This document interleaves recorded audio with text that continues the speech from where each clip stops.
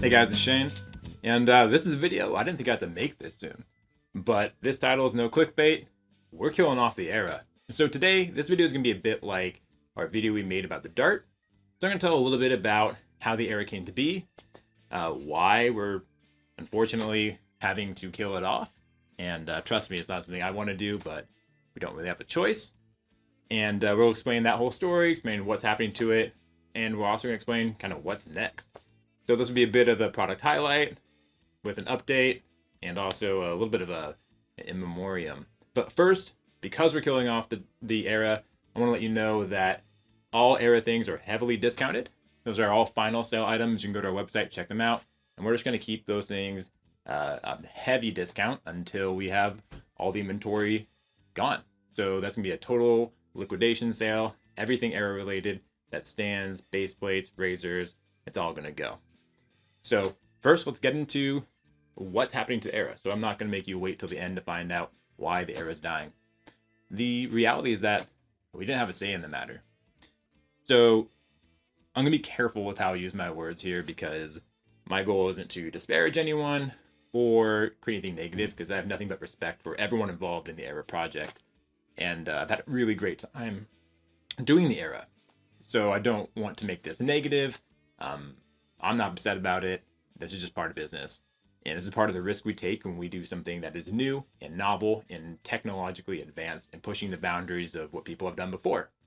That just comes with it. But what happened is the Era is made using a proprietary process that one company has invented and one company is capable of doing right now. Their process makes the Era able to be at the price point that it's at and at the quantities that we need for a product like this, a mass-produced product that is at a, everyman price point, $75, while still being of high quality and high materials with all the optionality that the Era has. So only one company can do it. And I think you see where this is going. Well, that company ran into some, they ran into some financial issues. Basically, they are a full, VC-backed startup mode, heavy investor company because they're developing this technology that requires a lot of cash. Well, they weren't able to get more cash, and that means they had to have a big contraction of their, their workforce and of their business model. So they had to do a quick pivot, and that means projects, unfortunately, like the Era, which are not yet profitable for them, have to go. And I understand this. Like, this isn't something they wanted, and it doesn't have anything to do with the technology. It's just business stuff. It is financials. It's dealing with investors, and it's stuff. Honestly, it's a little bit above my pay grade. So I'm not here to disparage them. They didn't do anything wrong, as far as I can tell. Shit just happens, and unfortunately, we're the ones who kind of have to suffer. Of course, the company also is suffering too. This is something they wanted to happen. So I'm not, like I said, I'm not mad at them. Our incentives are all aligned here. It's in their best interest to have a big growing company that raises a lot of money and produces incredible parts like the Era. And it's also in our incentive, in our best interest for that to happen too. But unfortunately, we found this out a few months ago over summer, which is why you've seen less news about the Era. Because we've been trying to figure out, is it salvageable, and how do we work through the inventory that we have to kind of ride this out? Is there anything we can do to kind of pivot the Era to save it?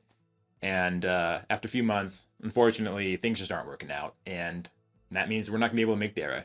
There aren't any other companies that can do it this exact way.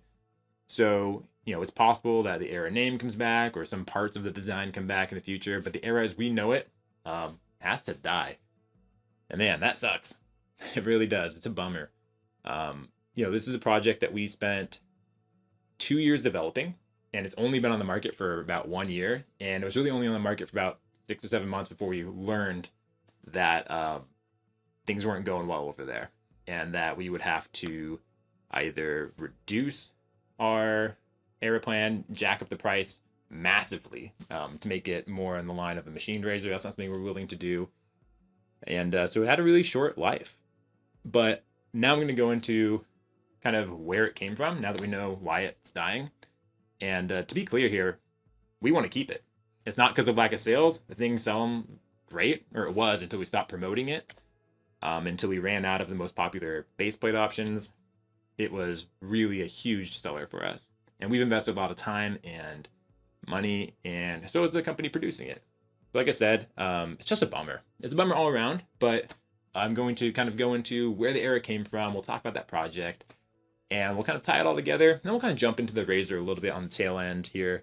But yeah, if you want the era, and I think you should get the era, go now. Buy whatever you can. It'll be all final sale only, and help us clear these parts out, and make sure that you get one of the coolest razors that I've ever used, and a project that I'm extremely proud of. It wasn't as long lived as it should have been, but we're so proud of it, and it's still a razor worth owning. So make sure you go get one now while you still can. All right, so let's go into the history of the era. So the era started about 3 years ago, actually. About 3 years ago, almost just exact time of year. I was looking to actually create a adjustable razor, totally different project, and I wanted it to be cost effective. We've always had our eye on 3D printing, especially metal 3D printing. Every razor we make here starts as a plastic 3D print, so I am a huge believer in technology, and I've always believed that metal 3D printing is the future, and I've always wanted to make a razor from pure printed metal. I just think it's so cool, and I've always wanted to be on the leading edge of that. So I'm always keeping my ear to the ground for new technology advances, because it's clear that we're going to get to the point where 3D printing is as cost effective as metal injection molding and machining. So in the fall of 2019, I was able to find this company, and we reached out and said, like, hey, can you make this design? And they said, no, we can't make it exact like that, or that's not the best use of our technology. But they explained how their tech works, and they were trying to be cost competitive with metal injection molding and machining. That was their whole game.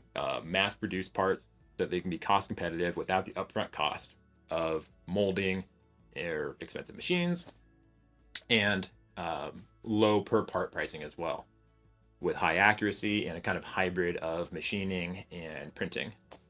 So I was blown away by their technology. I think it's very clever, and I definitely wanted to work with them. So we just basically started from scratch. We worked hand in hand to build a razor that wound up becoming the Era, that has best-in-class blade clamping, that uses that 3D printing technology to give us that steep overhang and allow us to clamp the blade right at the edge.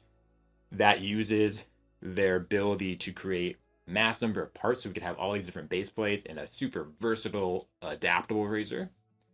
And it took us 2 years from first reaching out to then scrapping the original design to redesigning and working to develop the technology as the product itself was developing. So we were working hand in hand. They were getting their tech to the point where it could do our product repeatably and reliably, and we were trying to make sure that design was right and working out some of the marketing stuff and all that. So it took 2 years.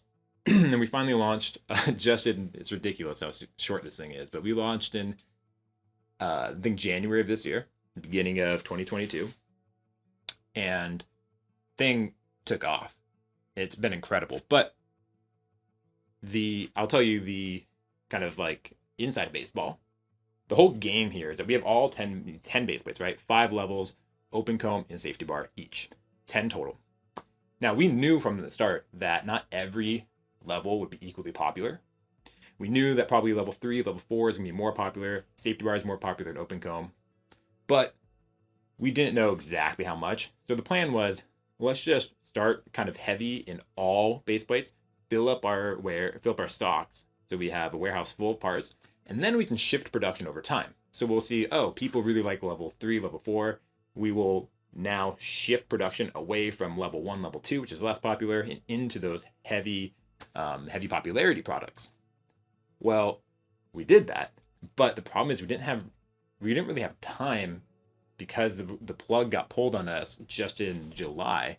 We only had 6 months. So now, unfortunately, we have a ton of the less popular base plates, because we were intending to let the more popular versions kind of carry that along. And it's a bit of a financial pain, but ultimately, I don't really care. It's fine. We'll be okay. We made plenty of money on this, and we have tons of packaging and tons of parts left over. So that's kind of the bummer, is that we were left holding the bag. But, someone asked me recently, when I was talking to them about it, they were like, man, that really sucks. You only sold it for 6 months. You probably regret that. And the answer is no. I don't regret a thing. I am proud to take shots. And when we try things, I always know that there's going to be a risk here. Things might fall on its face, but I'm not going to ever stop trying to advance what we do. I'm never going to stop trying to move the needle forward. And so I don't see this as a failure at all. What I see is that we created the very first in the world consumer product made of 3D printed metal. We're the first ones to do a mass-produced product like this, of any product, not just razors. Any product made out of 3D printed metal as a consumer good that is mass-produced, not a one-off, not a propeller for the Air Force or some crazy turbine, but a true product that is mass-produced for the masses. We're the first ones to do that, and I'm proud as hell about that. And it's been really fun to do this project. We've learned so much. It's sad to see it go, but it's okay. This is just business. It's just a razor. I don't really care. My feelings aren't hurt. And we learned so much about this project, so much about project management, so much about working with different vendors, and so much about how to develop a product for a manufacturing solution. So it's been a ton of fun. And the Era sales were amazing until we ran out of all the popular base plates and weren't able to promote it anymore. When we were confident that we were going to keep producing it for years, which was our contract, and what we thought we were going to be doing, when we were advertising, thing was moving. So that was really fun, and we put a lot of hopes into this as being a big part of Blackline's future, maybe even doing more razors in this metal or in this metal manufacturing. But it just didn't work out that way, and that's okay. Shit happens, and I'm not at all worried about it. What I've always told my team here, and really anyone, is that we can't be afraid to take shots. We got to try stuff. If we see something cool, we're always going to do it. Let's go into a little bit of what the Era, is. The Era is just a traditional 3-piece safety razor. It is 3D printed in stainless steel, all made here right in the USA. And we have 10 different base plate options, like I mentioned. Levels 5 levels, 1 to 5, from super mild to more efficient, and open comb and safety bar for everything. There's no other razor that is made exactly like this at this price point, and it's an incredible product. And what's really unique about it from a shaving perspective is the blade clamping. Because we're using 3D printing, we are able to pinch the blade about 1 millimeter from the edge. There's no razor out there that clamps a blade as close to the edge because you really can't machine it like this, at least not in a cost-effective way. And that lets you get right up under the nose as a low profile. It's just an incredible performing razor. And now that you guys are able to pick up these extra base plates, what I recommend is levels 1 and level 2 are really great for like body shavers or someone who's really new to something. If you want to shave your legs and you don't need the world's closest shave, but you want something that's easy, it's not going to nick you, you want level 1 or level 2. It's easy to use, you really can't get hurt. If you're trying to shave your face and you're an experienced wet shaver, skip those, bump yourself right up to level 4 or level 5. If you can find one. Level 3 is also a great sweet spot if you're not sure where to go. It's just an incredibly smooth, amazing performing razor, and we're going to miss it, but level 4 I think is the sweet spot. I'm a Blackbird user, obviously, and level 4 behaves something like a milder Blackbird, a little bit like a Vector actually, because it has that rigidity from the blade clamping, almost like a single edge. So I recommend level 4 if you can get one.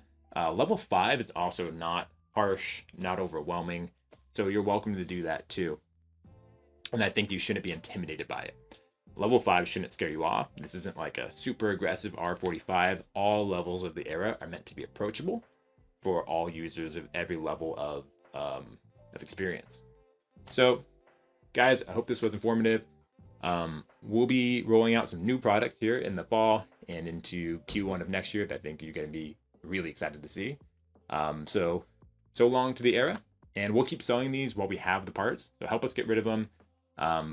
When inventory is gone, it's gone. So the old razor graveyard gets another tombstone, and we're sad to see it go, but we're happy it was here. So let's just be grateful that we had the Era while we had it. And lesson learned, guys, follow us, like, all that stuff. YouTube's really been great to us, and happy to hear from you soon. Let us know how much you're going to miss the era. If you didn't buy the era, this is your chance and your last chance, so I recommend you do that. But see you guys next time. Thank you so much. Bye.